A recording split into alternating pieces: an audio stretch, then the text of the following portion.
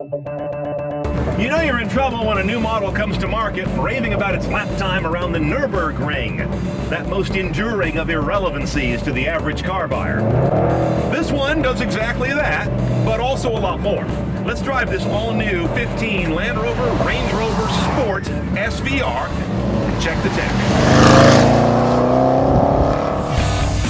Now, the key thing to bear in mind about a Range Rover Sport is that it's not the Sport version of a Range Rover. The Range Rover Sport is its own distinct model, and it carries some of the design cues from the Evoque, particularly what they call this diminishing DLO. It's the side windows that get narrower as you go to the back of the car. When car makers make a hotter car, they always give it a more aggressive chin with bigger holes in it to get air in. Different wheels. You get some lower body cladding here, and out back you got 4 exhaust pipes that are very nicely chiseled and what they call a splitter for airflow management down the middle. This is the first of a new line of cars from Land Rover that are kind of like BMW M, if you will. They come from the special vehicle operation of Land Rover, but Ford already has a trademark on SVO, so their SVO is badged SVR. Now, Range Rover, for that matter, Land Rover interiors have always struck me as some of the most handsome. It's a great layout, ergo is good, handsomeness is everywhere.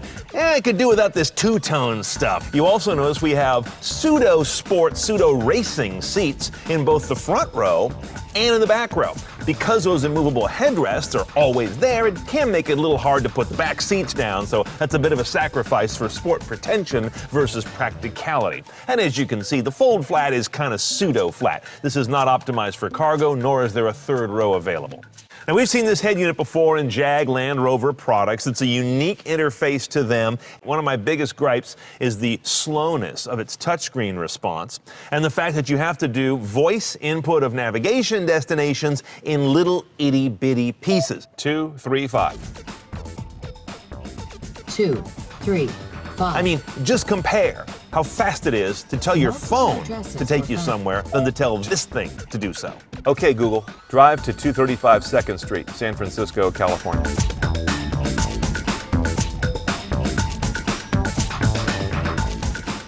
My third gripe is how many screens interrupt what you're seeing here. I can't tell you how many warning or notification screens I got that just blot out what's on the main screen that I care about. And even when I turn the volume knob, after a moment or two, it brings up a confirmation screen that I don't need. My ears tell me how loud it is. That just gets in the way of what I care about.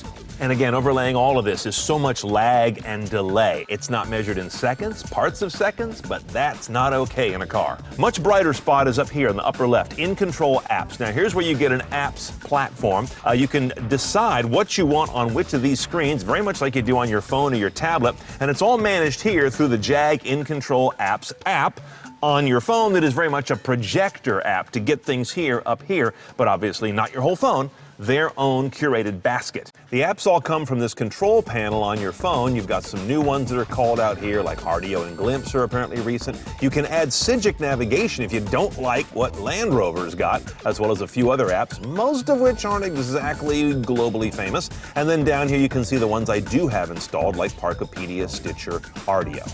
And this is where you set up the layout of your apps on the car. These are flip-through screens on the vehicle. I mock them up here first, and then they get pushed out to the car.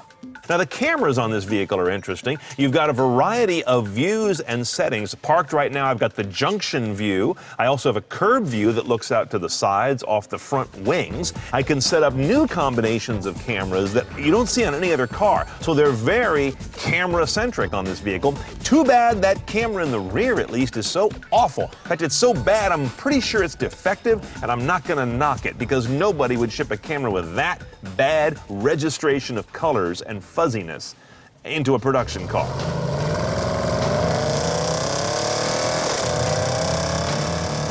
Now up here in the engine bay is some fairly familiar Jag Land Rover stuff, a 5-liter supercharged V8. But because you got an SVR badge on it, it puts out more. 550 horse, that's 40 more than without that badge.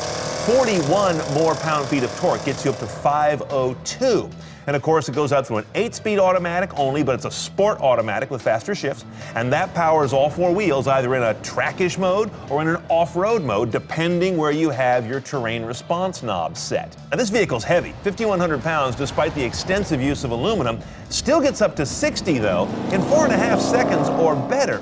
So where do you give? On the MPG, of course. It's rated at only $14.19. But if you're buying a vehicle like this, you didn't buy it in a shootout between it and a Prius. You know, the first thing that impressed me as I got in this Range Rover Sport SVR was not what it did when it moved, but what it did when it comes to a stop. This vehicle has the best auto start-stop technology ever. It starts the engine almost in the time it takes to lift off the brake pedal. That's very nicely done. And it helps you get the most out of that pretty poor MPG. The next thing you notice is definitely about going. That is the most roary exhaust note of any major car maker right now. Jag and Land Rover are obsessed with obnoxious exhaust systems, and they're fun. The power, of course, is prodigious. This sport automatic, as they say, is definitely tight. It's quick. All in, the fundamental takeaway I get, comparing this to one of the hot Cayennes or an X5M, is that it's less severe. And yet it handles like a very capable car when you press it, though I imagine if I went head-to-head, it's not as sharp as those two turbines. Okay, let's price our Range Rover Sport SVR. This is not going to be a cheap date, as you can imagine. All in about $117,300 the way I would do it. What they've done here in this category is to hit to, I think, more bases than their competition. It's also a very comfortable daily driver. Not all the competitors are. They can be high-strung. And it's got serious off-road cred. More cars driven CNET style. Standing by now at cnetoncars.com. Click on the road.